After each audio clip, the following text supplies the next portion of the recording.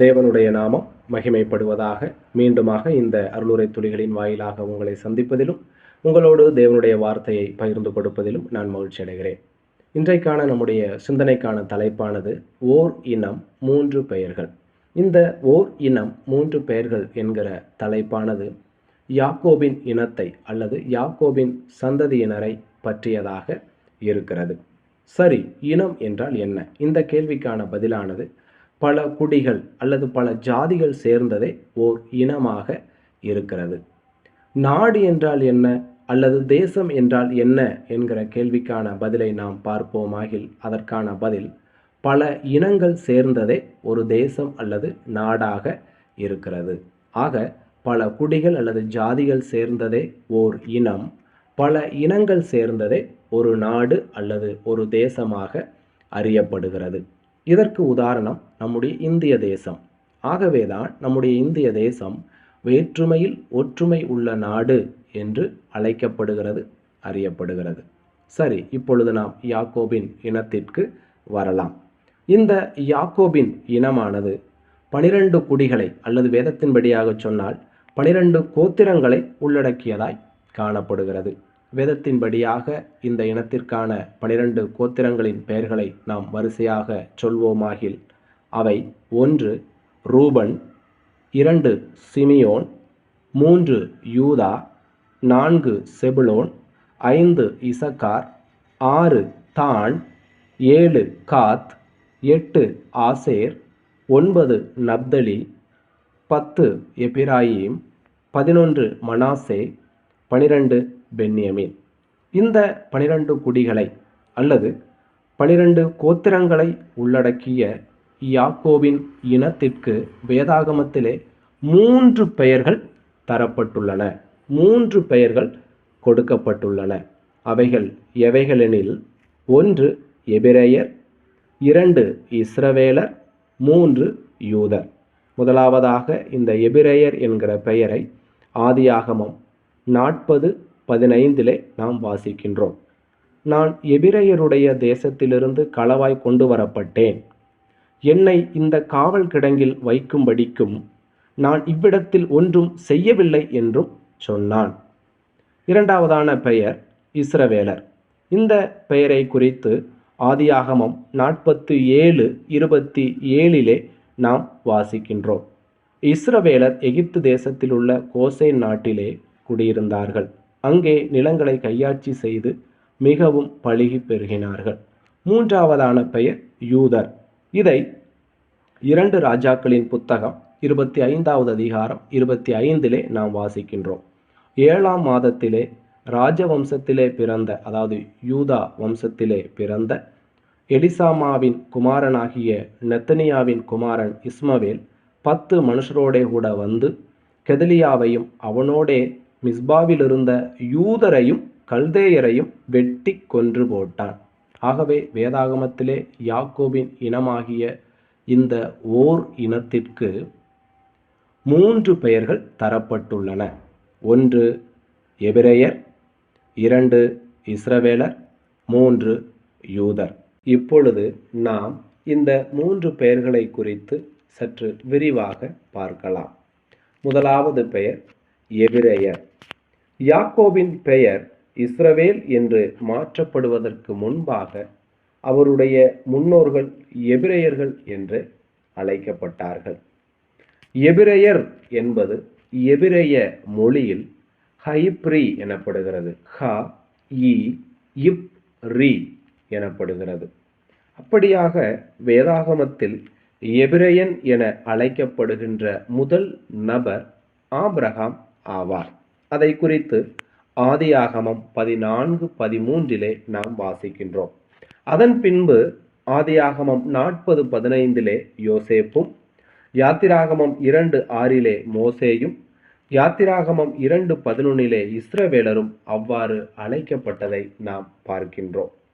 பெலிஸ்தியர் இஸ்ரவேலரை எபிரேயர் என்று அழைத்ததை 1 சாமுவேல் 4:6 மற்றும் 9, 1 சாமுவேல் 13:3, 1 சாமுவேல் 14:11, 1 சாமுவேல் 29:5 ஆகிய இடங்களில் நாம் பார்க்கின்றோம்.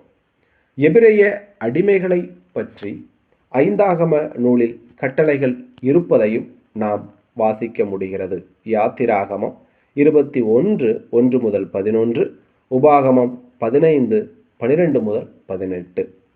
அடுத்ததாக யோனா தீர்க்கதரிசி தம்மை குறித்து கேட்டபோது தம்மை எபிரெயன் என்றே அறிமுகப்படுத்துவதை நாம் யோனா 1:9 பார்க்கின்றோம். அடுத்ததாக புதிய ஏற்பாட்டிலே அப்போஸ்தலனாகிய பவுலடிகளார் எபிரெயன் என தமது உலக பரம்பரை சிறப்பை குறித்து பிலிப்பியர் 3:5 கூறுவதை நாம் பார்க்கின்றோம். இந்த எபிரெயன் என்ற பெயர் ஆபிரகாமுக்கு அவருடைய முற்பிதாவான ஏபேரின் பெயரிலிருந்து வந்திருக்கலாம் என்று சிலர் கருதுகிறார்கள். அதற்கு ஆதாரமாக அவர்கள் காட்டுகின்ற வசனங்கள் ஆதியாகமம் 10வது அதிகாரம் 21, 24, 25, ஆதியாகமம் 11வது அதிகாரம் 14 முதல் 16, எண்ணாகமம் 24, 24, லூக்கா 3:35. இவைகளை ஆதாரமாக கொண்டு ஆபிரகாமுக்கு எபிரெயன் என்கிற பெயர் அவருடைய முற்பிதாவான ஏபேரின் பெயரிலிருந்து வந்திருக்கலாம் என்று சிலர் கருதுகிறார்கள். ஆனாலும் இது கேள்விக்குறியாகவே இருக்கிறது. மற்றும் சிலர் ஆபிரகாம் தேவன் அவரை அழைத்த போது, கல்தேயா நாட்டில் இருந்தபோது அவரை அழைத்தார். அப்படியாக அந்த அழைப்பை ஏற்று அங்கிருந்து அவர் கானானுக்கு வந்தார். அப்படியாக கல்தேய தேசத்திலிருந்து கானானுக்கு வந்தவர் இடையில் இருந்த ஐபிராத்து என்கிற பெரிய நதியை கடந்து வந்தார். ஆகவே அதன் அடிப்படையில் ஐபிராத்து நதியை கடந்து வந்ததின் அடிப்படையில் இவர் எபிரெயன் என்று அழைக்கப்படுகிறார் என்கிற கருத்தும் இருக்கிறது. ஆனாலும் இதுவும் கூட கேள்விக்குறியாகவே தான் இருக்கின்றது. இன்னும் சிலர் ஹபீரு என்கிற ஒரு இனம் இருந்தது, அந்த இனத்திலிருந்துதான் இந்த பெயர் வந்தது என்கிற ஒரு புதிய கருத்தை அமர்னா ஏடுகளின் ஆதாரத்திலிருந்து முன்வைக்கிறவர்களாக காணப்படுகிறார்கள். மேலும் இந்த எபிரெயர் என்கிற சொல்லானது இஸ்ரவேலரின் முன்னோர்கள் நாடோடிகளாக அலைந்து திரிந்ததை குறிப்பிடும் ஒரு சொல்லாகவும், அவர்களின் மூதாதையர் அலைந்து திரியும் நாடோடி கூட்டங்களிலிருந்து வந்தவர்கள் என்பதை வலியுறுத்தும் சொல்லாகவும் இருக்கிறதாக கொள்ளப்படுகிறது, நம்பப்படுகிறது. ஆனால் உறுதியாக அவருடைய முற்பிதாவான ஏபேர் என்பவரின் பெயரிலிருந்து இது வருகிறதா, அல்லது ஐபிராத்து நதியை அவர் கடந்து வந்தமையால் இந்த பெயர் வந்ததா, அல்லது ஹபீரு என்கிற இனத்திலிருந்து இந்த பெயர் வந்ததா என்பது நமக்கு தெரியவில்லை. ஆகிலும் இந்த பெயரானது சமஸ்த இஸ்ரவேலரையும், அதாவது 12 கோத்திரத்தாரையும் குறிக்கின்ற பெயராய் காணப்படுகிறது. இது அவர்களின் பண்டைய கால பெயராய், பழமை வாய்ந்த பெயராய் காணப்படுகின்றது. பிலிப்பியர் 3வது அதிகாரம் 5வது வசனத்தில் பிற்பகுதி. இரண்டாவதான பெயரானது இஸ்ரவேலர்.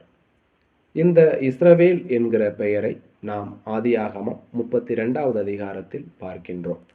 மனித வடிவில் இருந்த தேவனுடன், அதாவது கர்த்தருடைய தூதனானவரோடைய யாக்கோபு ஓர் இரவு முழுவதும் போராடிய பிறகு கர்த்தர் யாக்கோபின் பெயரை மாற்றினார். அவருடைய கடந்த கால 20 ஆண்டு வாழ்க்கையில் யாக்கோபு என்கிற அவருடைய பழைய அல்லது முந்தைய பெயரானது யாக்கோபுக்கு அநீதியை இழைத்திருந்தது. ஆகையால் தேவன் இப்பொழுது அவரை இஸ்ரவேல் என்று அழைத்தார். இதன் அர்த்தம், அதாவது இஸ்ரவேல் என்ற பெயரின் அர்த்தமானது தேவனோடு போராடியவர் என்பதாகும். யாக்கோபின் புதிய பெயரின்படி கர்த்தர் அவரிடத்தில், யாக்கோபிடத்தில் தேவனோடும் மனிதரோடும் போராடி மேற்கொண்டாயே என்று சொன்னதை ஆதியாகமம் 32வது அதிகாரம் 38வது வசனத்தில் நாம் பார்க்கின்றோம். இஸ்ரவேல் என்ற வார்த்தைக்கு இன்னொரு அர்த்தமும் இருக்கிறது. அது என்னவெனில் தேவனின் இளவரசன் என்பதும் அப்பெயரின் இரண்டாவதான அர்த்தமாக காணப்படுகிறது. யாக்கோபின் காலத்திலிருந்துதான் இந்த இஸ்ரவேல் என்ற பெயர் வழங்கப்படலாயிற்று. யாக்கோபின் சந்ததியினரை இனத்தை குறிக்கவும் இந்த பெயர் பொதுவானதாக பயன்படுத்தப்பட்டது.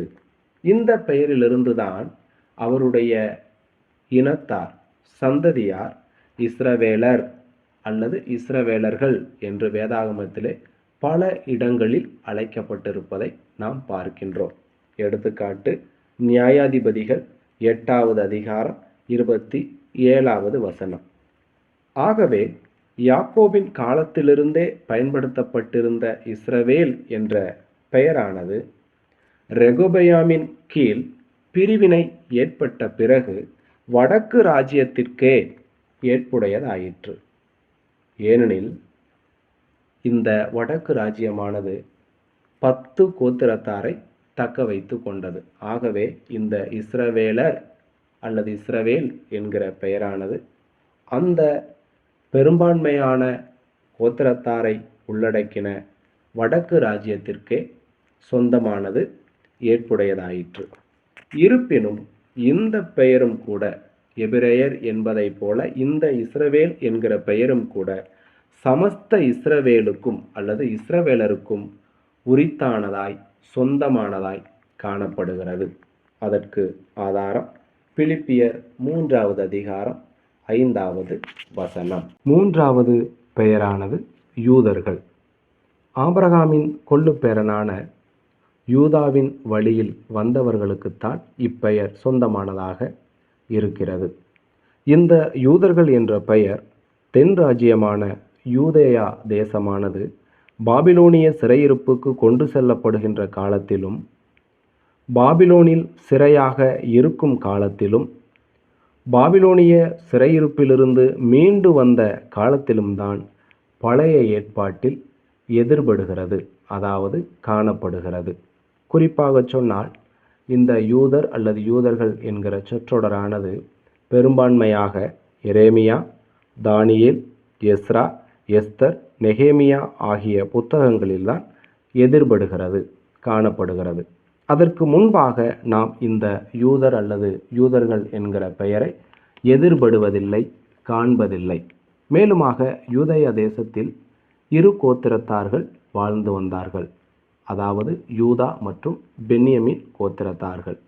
எனவே யூதர்கள் என்கின்ற பெயரானது யூதா கோத்திரத்திற்கு சொந்தமானதாய் இருப்பினும் தென் தேசத்தை பொறுத்தமட்டில், யூதேயா தேசத்தை பொறுத்தமட்டில் இப்பெயர் அங்கே வாழ்ந்த யூதா மற்றும் பென்யமீன் ஆகிய 2 கோத்திரத்தார்களுக்குமே சொந்தமானதாய் இருக்கிறது, சொந்தமானதாய் இருந்தது என்பதில் சந்தேகம் இல்லை. அதாவது 2 கோத்திரத்தார்களுமே யூதர்கள் என்று அறியப்பட்டார்கள் என்பதில் சந்தேகமில்லை.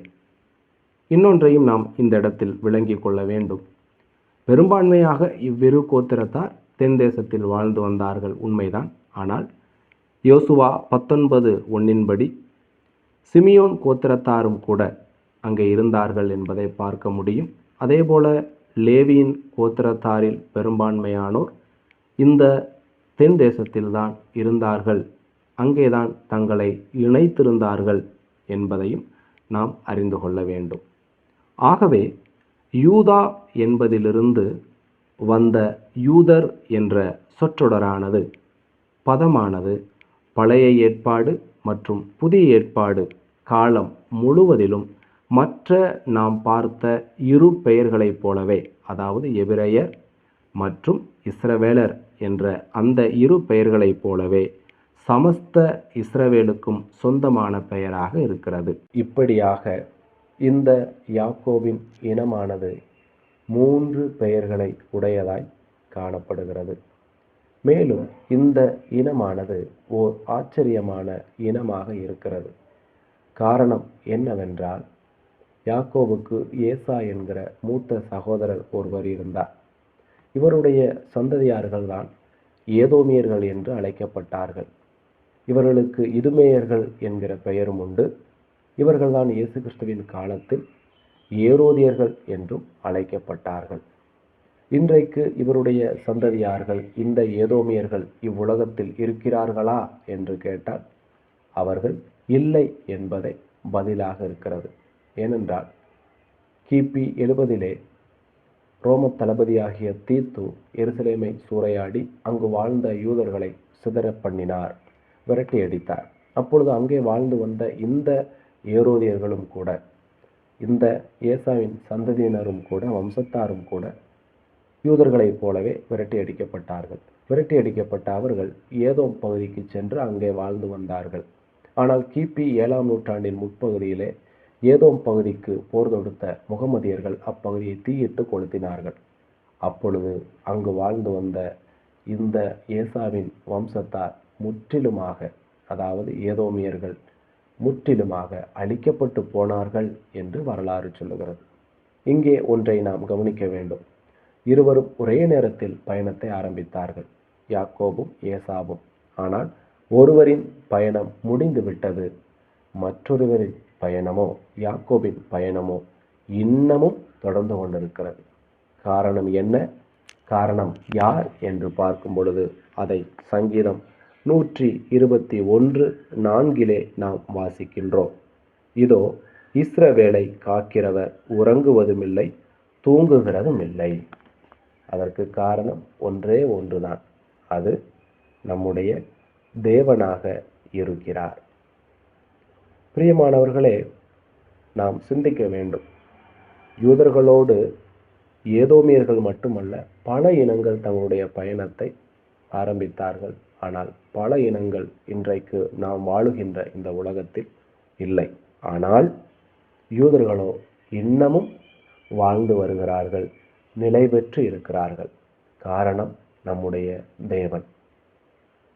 அதை தவிர வேறு காரணத்தை நாம் சொல்ல முடியாது.